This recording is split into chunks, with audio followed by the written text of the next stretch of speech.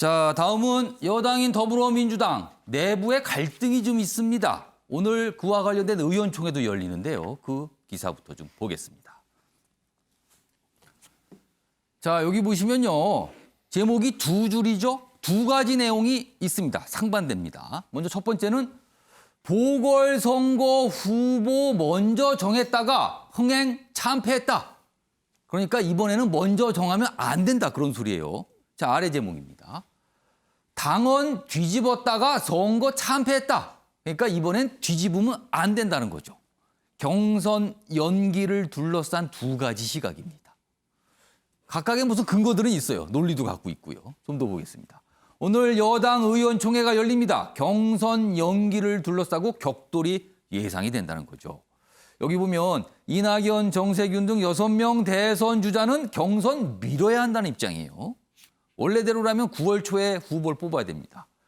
집단 면역 이후 노마스크 전당대회 이런 거 필요하다. 뭔가 흥행을 위해서 이런 모습이 필요하다는 거고요. 연기파들은 수적 우위 그리고 당무위 소집 요구를 하고 있습니다. 그러나 이재명, 추미애, 박용진 당원 따라야 한다. 그대로 가야 된다. 그러니까 9월 초에 뽑아야 된다는 소리죠.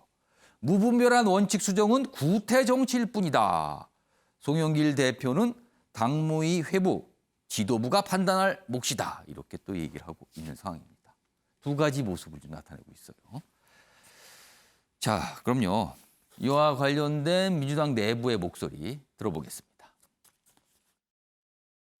후보별 유불리를 따지지 않아야 된다고 말씀하셨지만 네. 이게 일정 부분 국민들이 보기에는 개파 갈등처럼 비춰지는 측면이 있는데요. 어떻게 평가하시나요? 그래서 뭐 개판의 정쟁으로 몰아가고 싶은 분들이 있죠. 그런데 전혀 그게 아닙니다. 벌써 이거 경선 연기를 주장하는 후보들이 6명이나 돼요.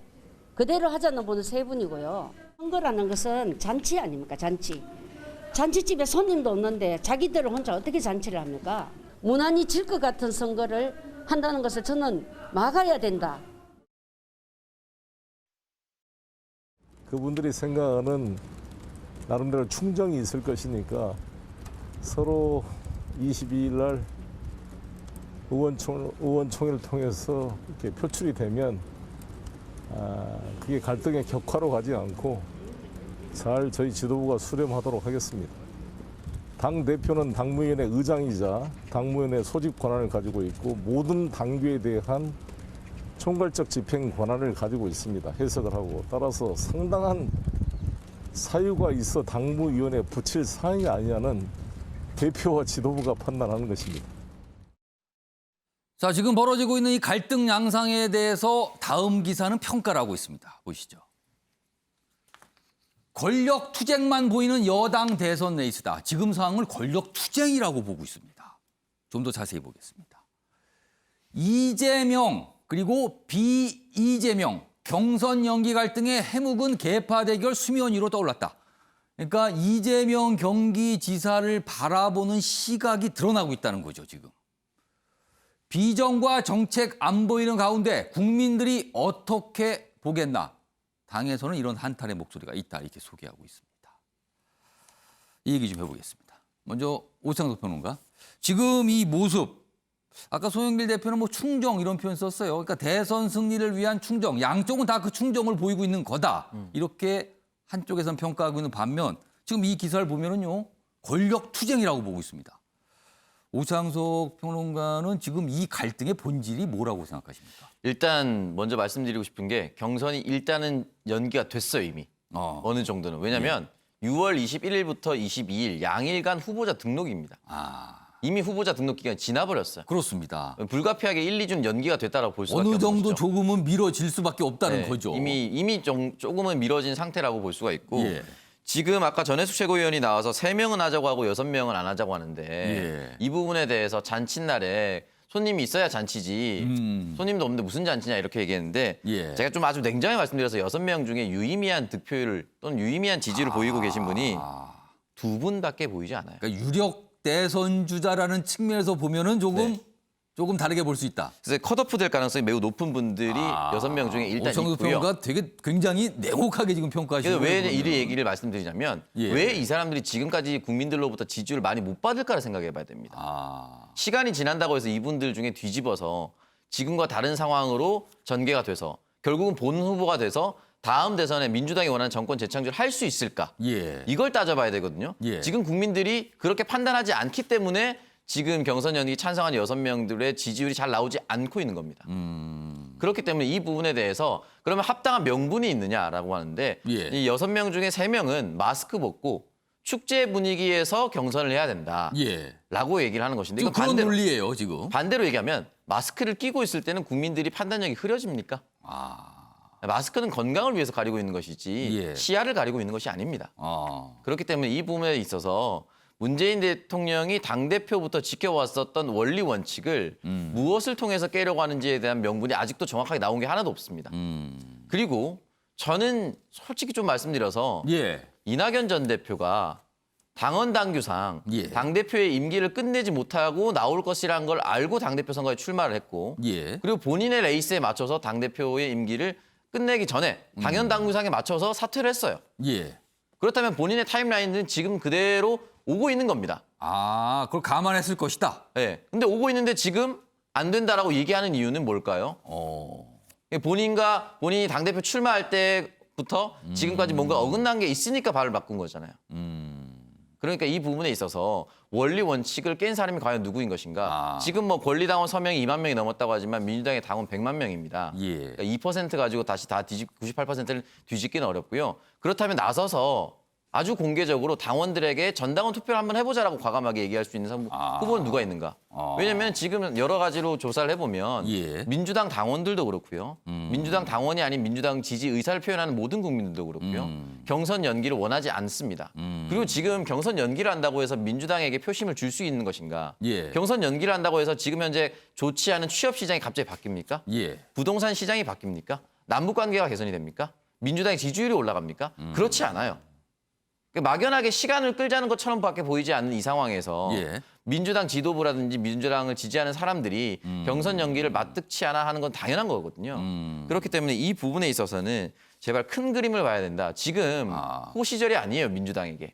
민주당 후보만 되면은 당선이 될 수 있는 그런 호시절이 아닙니다. 예. 민주당 후보가 되더라도 다음 대선에서 질 수 있는 아주 절체절명의 위기임에도 불구하고 아직까지도 경선 연기 이 얘기를 하고 있다는 것 자체가 굉장히 좀 안타깝다라는 생각이 듭니다. 그러니까 오창석 평론가는 경선 연기 주장에 굉장히 좀 비판적인 말씀하셨어요. 그리고 그거는 본인들의 어떤 유불리를 분명히 생각한 거다 이렇게 좀 해석을 해주셨어요.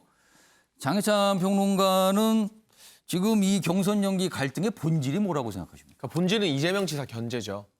사실 저는 이재명 지사가 지금처럼 이렇게 압도적인 1위를 달리는 게 아니라면 예. 경선 연기 못할 이유가 뭐가 있나 그런 생각이 듭니다. 사실 원칙과 당원 당규 이야기하고 있지만 예. 가장 중요한 건 정무적 판단이고 선거 승리거든요. 예. 그럼 어떤 선택이 선거 승리에 도움이 되는가를 고민하는 게 저는 당 지도부의 의무라는 생각이 듭니다.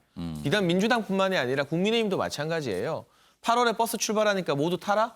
그런데 그게 정말 제대로 된 대선 승리를 위한 방향이라면 그대로 가는 게 맞는데 정무적으로 더 나은 길이 있다면 고민도 해봐야 된다는 것이죠. 민주당 역시 마찬가지인 것이고요. 근데 지금은 이재명 지사가 너무 압도적입니다. 여권 내에서. 그럼 이대로 경선을 일찍 치르게 됐을 때 예. 경선 흥행에 불이 붙지 않을 것은 사실 자명한 결과입니다. 그리고 만약 경선 연기를 안 할 거면 예. 박용진 의원이 주장하는 것처럼 지도부에서 경선을 흥행시키기 위한 대안 정도는 같이 마련했어야 합니다. 토론을 많이 시킨다던가 또 다른 이벤트를 기획한다던가. 근데 그런 게 전혀 없어요.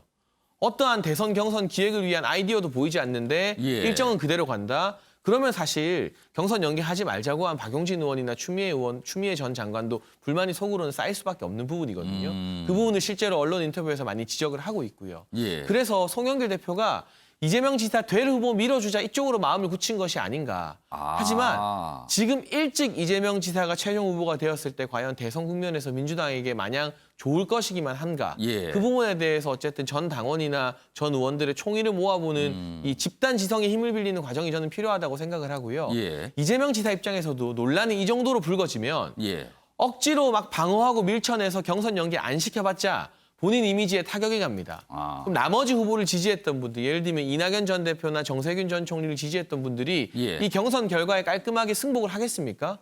그렇지 못할 겁니다. 그럼 과거에 또 후단협 사태처럼 막상 이재명 지사가 대선 후보가 되었지만 민주당 내에서 흔들려는 움직임이 계속 나올 수가 있어요.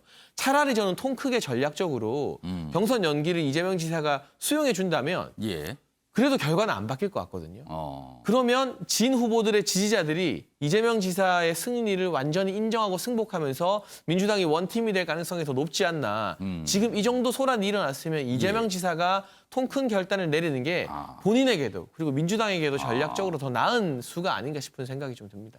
앞서 일명기사 소개 때 이재명 경기지사 인터뷰 내용을 봤거든요. 그 당시에는 뭐 어떻게든 뭐 본인이 유리하다. 그렇지만 이거 문제 있는 거 아니냐. 약간 이런 내용이 좀 실려 있었어요. 일명기사 때는요.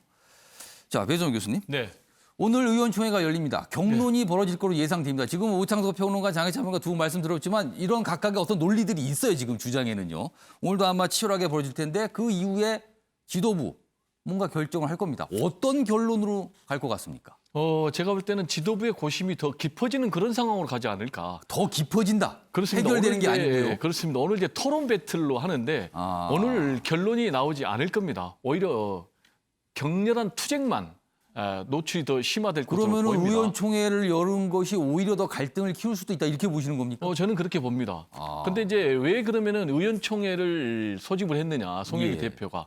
일단 강력하게 66명이나 의총을 소집했는데 이걸 당대표라고 해서 무시할 수는 없고 최소한 예. 여론 수렴은 해야만이 본인이 어떤 결단을 내려도 거기에 대한 정당성이 부여되기 때문에 그냥 의원총회 안 열고 넘어갈 수 있는 상황은 아니다 이거죠. 그래서 제가 볼 때는 뭐 억지 춘향격으로 그런 의원총회가 아닌가 이렇게 생각이 되고요. 예. 오늘 이제 의원총회는 토론 배틀이에요. 먼저 찬성 측 연기 또 연기 반대 측 2대2로 또 주장을 하고 찬반 그리고 또 자유토론하고 그래서 지난번에 부동산 문제 예. 그러니까 종부세 그리고 양도세를 완화할 것인가 말 것인가 예. 라는 그런 형식하고 똑같이 진행이 되는데 그때도 경론이 있었죠. 그렇습니다. 그때하고 이제 다른 부분이 있어요. 부동산 문제는 표결로 처리됐거든요. 예. 근데 이번에는 표결로 처리하지 않겠다라는 거예요. 근데 송영길 대표가 왜 표결로 처리하지 않겠다고 했겠습니까? 역시 표결로 처리할 경우는 결론이 안 난다. 더 큰 내분으로 간다. 라는 이제 그런 것을 본인이 예상하고 있기 때문에 예. 토론으로 끝나고 이걸 이제 표결하지 않겠다는 건데 그럼 이제 본인은 계속해서 당무회의에 이걸 회부시키는 것은 당대표 권한이다. 예. 라고 주장을 하고 있는데 예. 또 경선 연기를 요구하는 측은 아니다. 그걸 또 당대표가 독단으로 할 수 없는 문제다. 라고 얘기를 하고 있기 때문에 그럴 경우에는 또 문제가 계속해서 불거질 수밖에 없다. 그래서 이제 앞으로 이 문제와 관련해서 민주당이 남은 선택은 세 가지밖에 없어요. 첫 예. 번째, 계속해서 투쟁을 하는 그런 방법. 예.